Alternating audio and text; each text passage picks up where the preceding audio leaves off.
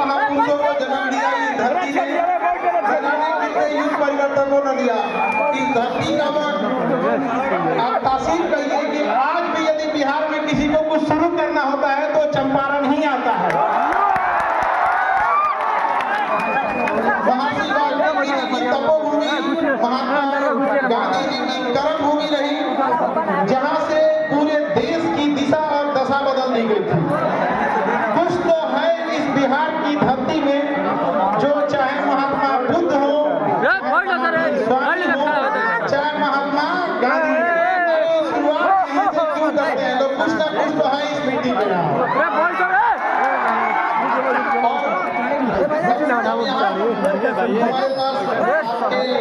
अनिकेत रंजन जी आए हमारे यहाँ और बिहारी चलना है और आप लोगों की समस्याओं के बारे में जब हमको अवगत करें जरूर आएंगे। तो एक चीज माता के नाम पर, माँ संध्या सेवा ट्रस्ट के नाम पर इतने सारे नेक काम किए यहाँ पर, और माँ को कभी नहीं भूलना चाहिए, याद रखिएगा। आपको हम इस बात के लिए बधाई और ढेर सारी शुभकामनाएं। आप ऐसे ही ट्रस्ट के माध्यम से और नेक काम करते रहिए, माता पिता का नाम ऐसे ही रोशन कीजिए और चंपारण की धरती का विकास आगे करते रहिए। जब हमें पता चला कि ये बहुत सारी गरीब लड़कियों की विवाह जो अपने यहाँ से अपने ट्रस्ट के माध्यम से कराते हैं, अभी हमारे यहाँ आपके पुलिस डिपार्टमेंट में थे तो हमें पता चला कि हेलमेट लगाने के लिए लोगों को प्रेरित करना, ये छोटे छोटे चीजें हैं जिससे आप समाज में बड़ा बदलाव ला सकते हैं यहाँ पर। तो इसके लिए काबिले तारीफ हैं और आप लोग भी इसमें सहयोग करेंगे यहाँ पर। और हमारे मंच पर यहाँ की मेयर प्रीति मैम, आपका भी बहुत बहुत धन्यवाद, नमस्कार मैम। और यहाँ जितने लोग आए हैं कुछ ना कुछ उम्मीद से आए होते हैं भाऊ। हम जब यहाँ आए तो जब देखे आप लोग की संख्या तो पहले ही बोले हम अनिकेत जी से कि इससे बड़ा हॉल है कि नहीं है यहाँ। इतना छोट में नहीं के हो।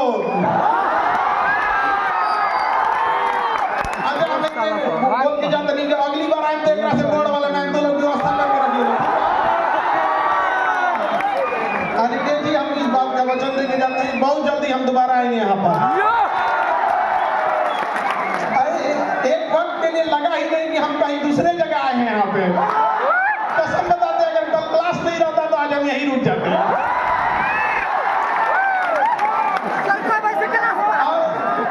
यहाँ पे अगला जो भी जगह होगा आप देखिएगा सर, गांधी मैदान है यहाँ। हाँ गांधी मैदान, गांधी मैदान आना है हम लोग को। हम आपके शिक्षक जरूर हैं, लेकिन हम आपके चीजों को उतनी ही बारीकी से जानते हैं जितना आपका सबसे जिगरी दोस्त जानता होगा। इसलिए हम आपकी अच्छाइयों को भी जान रहे हैं, खराबियों को भी जानता है। इसलिए हमारे सामने होशियारी नहीं करना लोग। हमको यहाँ आने में लेट हो गया, क्योंकि हमेशा क्लास में हम दूसरे को डांटते रहते हैं, क्लास कैसे लेट हो गया। अब हमको क्योंकि पटना से आना था, हम ही को लेट हो गया। तो इसके लिए सॉरी आप लोगों को, क्योंकि बड़ा लंबा सफर होता है यहाँ पे। और आप लोगों का ये उत्साह और ये जुनून देख के लगता है कि गांधी ने यही जगह क्यों चुना था, ऐसा फील होने लगा हमको भी।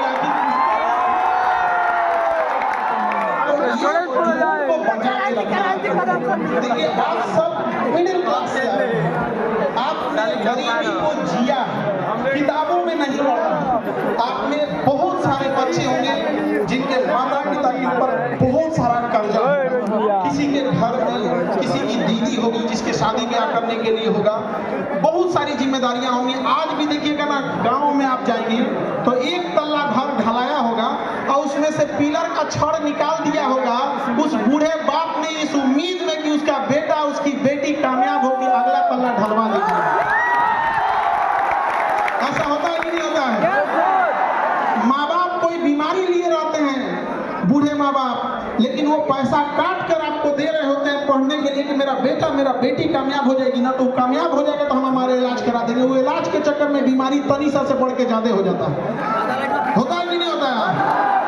अपने आप से पूछ के देखिए, अगर उस माँ बाप का आप भरोसा तोड़ेंगे तो क्या भगवान भी माफ करेगा आप लोग को?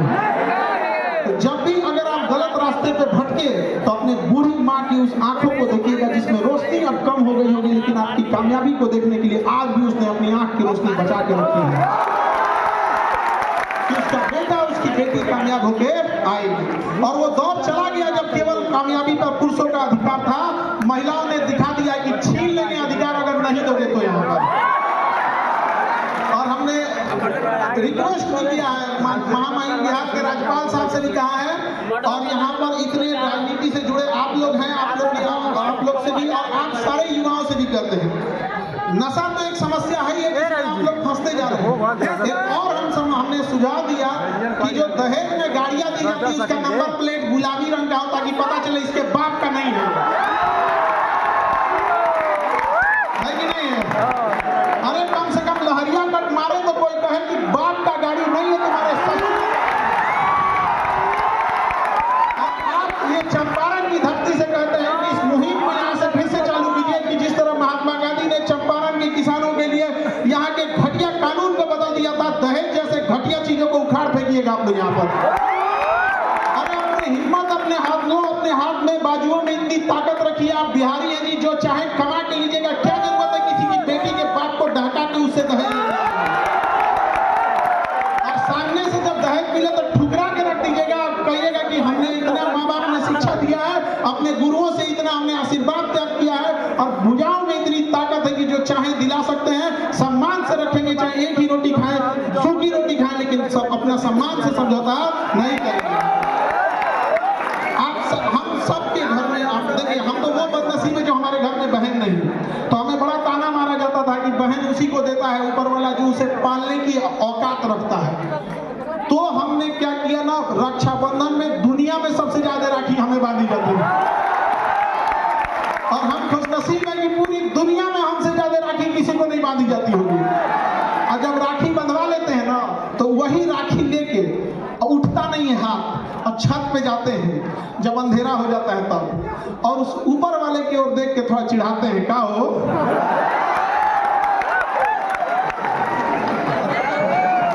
देखा तेरा एको महीना दिल आई देख लो। शायद इसी सब की वजह से हम बिहारी लोग बदनाम हो जाते हैं कि केकरों से टकरा जाता है। सब यार दुख तो है इस बात का, जब कभी हमें प्रॉब्लम आता है तो कई बार ऐसा लगता है कि काश मेरा भी एक बड़ा भाई होता, और जब कभी घर में कोई बीमार पड़ता है तो फील आता है काश मेरी भी एक बहन रहती। घर को जितना अच्छे से बहनों ने संभाल के रखा है, कोई नहीं संभाल सकता उस चीज को। और ये आप लड़के लोग को समझ में आएगा जब अपनी बहन की विदाई करोगे। तब विदाई करने के तुरंत बाद जब तुम विदाई करके लौटोगे घर में ना, तो घर की चार दीवारी पूछेगी कि इस घर को सजाने वाली को तो तुमने विदाई करके भेज दिया। तो इज्जत करने वाली जब तक घर में है, वो लड़ेगी चाहे कुछ भी करेगी, लेकिन तुम्हारे लिए हमेशा खड़ी रहेगी तुम्हारे साथ यहाँ पर। तो हमेशा याद रखिएगा, अपने संस्कार का परिचय दीजिए। यदि शत्रु को हराना है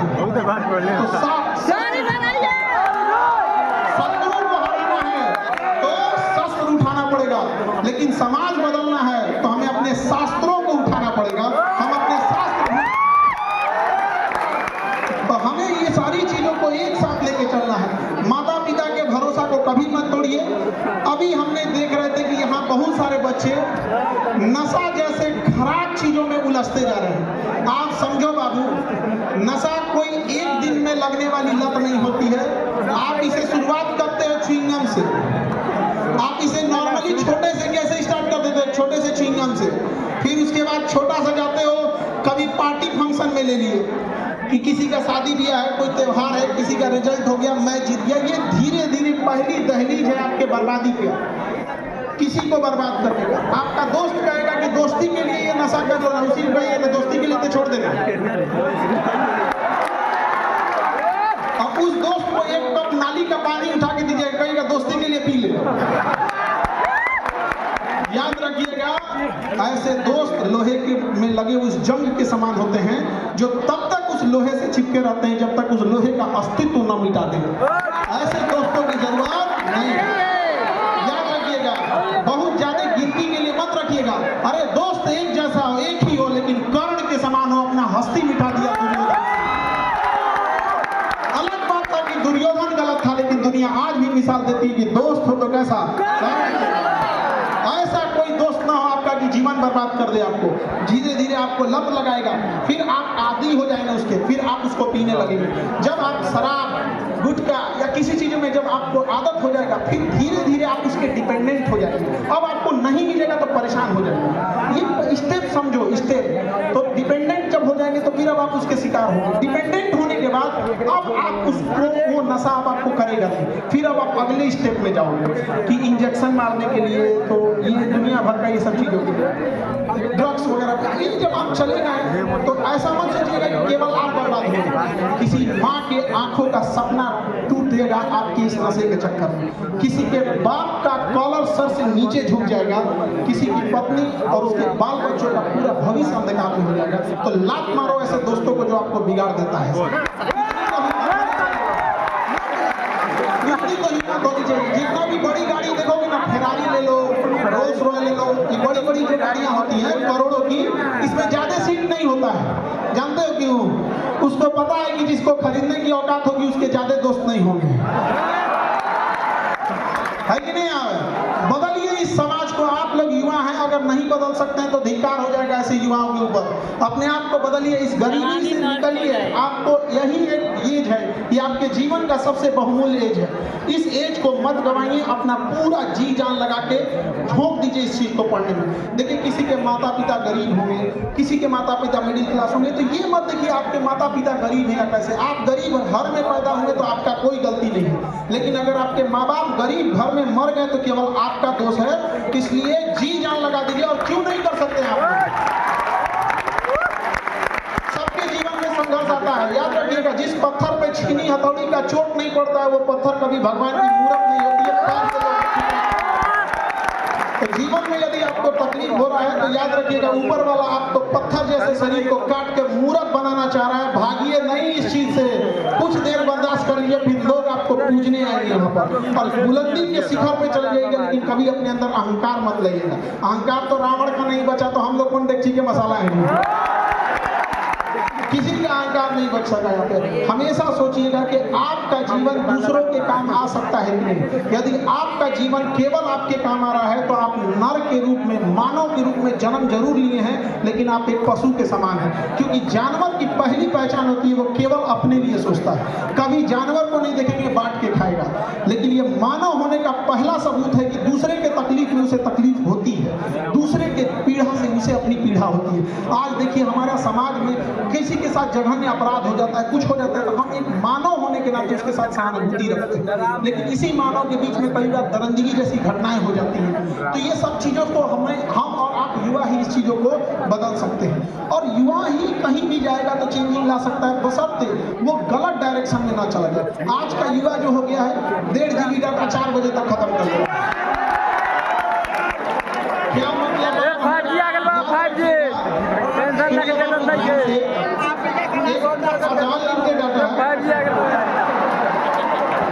तो ये अनलिमिटेड डाटा अनलिमिटेड बर्बाद करेगा। इसलिए आप लोग समझो बाबू, ध्यान से, एजुकेशन बहुत जरूरी है, लेकिन आज के डेट में आपके पास मोबाइल बहुत ज्यादा हो गया।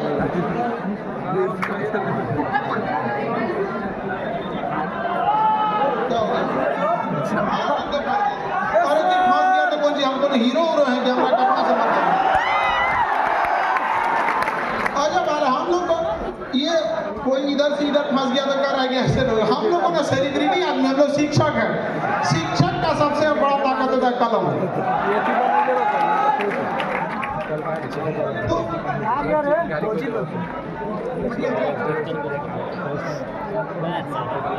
आराम से बाबू, थोड़ा भीड़ ज्यादा है तो थोड़ा आप लोग को दिक्कत हो रहा होगा।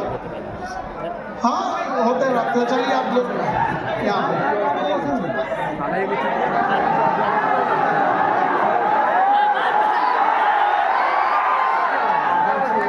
कौन है रे?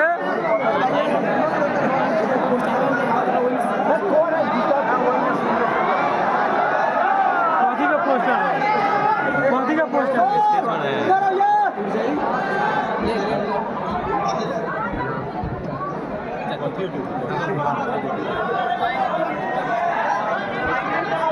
देखिए बाबू, अब उसको दिखाइए। अच्छा बाबू, हम आपका रख लेंगे, ठीक है, हम आपका रख लेते हैं बाबू। देखिए बाबू, अभी आप सबके हाथ में मोबाइल है और जिस स्थिति में, जिस एज में हैं आप, इस एज में एजुकेशन जरूरी है। आप बाबू चाह के भी इस मोबाइल के जंजाल से नहीं निकल सकते, ये हम आपको गारंटी दे रहे हैं, क्योंकि करोड़ों की सैलरी पाने वाले इंजीनियर और साइकोलॉजिस्ट आपके ईमेल को ट्रेस कर रहे हैं कि आपने किस टाइप के वीडियो को पूरा देखा है। यदि आपने कुकिंग की वीडियो को पूरा देखा है तो अगला घसकाइएगा तो कुकिंग से रिलेटेड है। वो 1 महीना टाइम खर्च करके आपके उस ईमेल से 10 से 20 आपके इंटरेस्टिंग टॉपिक को ढूंढा है। आप घसकाते जाइएगा वही आएगा, इसलिए आप उससे निकल नहीं सकते। तो बाढ़ के पानी को रोक नहीं सकते हैं, मोड़ सकते हैं। तो इस मोबाइल की दुनिया में आप करिएगा क्या, इंटरटेनमेंट के बजाय, नाच गाना देखने के बजाय, कॉमेडी देखने के बजाय, इंटरटेनमेंट ना करके पढ़ाई से रिलेटेड कुछ चीज देखने की कोशिश कीजिएगा। जैसे लेजर सर्जरी कैसे होती है, रडार कैसे काम करता है, एनिमेशन वाली चीजें कैसी काम करती है। इसे हम लोग इंटरटेनमेंट नहीं करते हैं, इसे एजुटेनमेंट करते हैं। एजुकेशन से इंटरटेन होना, इसे कहते हैं एजुटेनमेंट। मोबाइल से दूर होने के बजाय लहरों में वही डूबता है जिसे तैरने नहीं आता है। जिसे तैरने आता है तो लहरें के रास्ते किनारे हो जाता है, नहीं हो जाता है। तो जो मोबाइल अभिशाप बन रहा है, जो डेटा अभिशाप बन रहा है, क्यों ना हम उससे नॉलेज गेन करने में कर लें। हम क्यों जाएं वो फिल्म देखने में, हम क्यों ना ये देख लें कि हमारे जो गुजराल साहब जब प्रधानमंत्री थे तो क्या नीतियां लाए थे, मनमोहन सिंह के समय क्या थी, मोदी जी के समय क्या थी।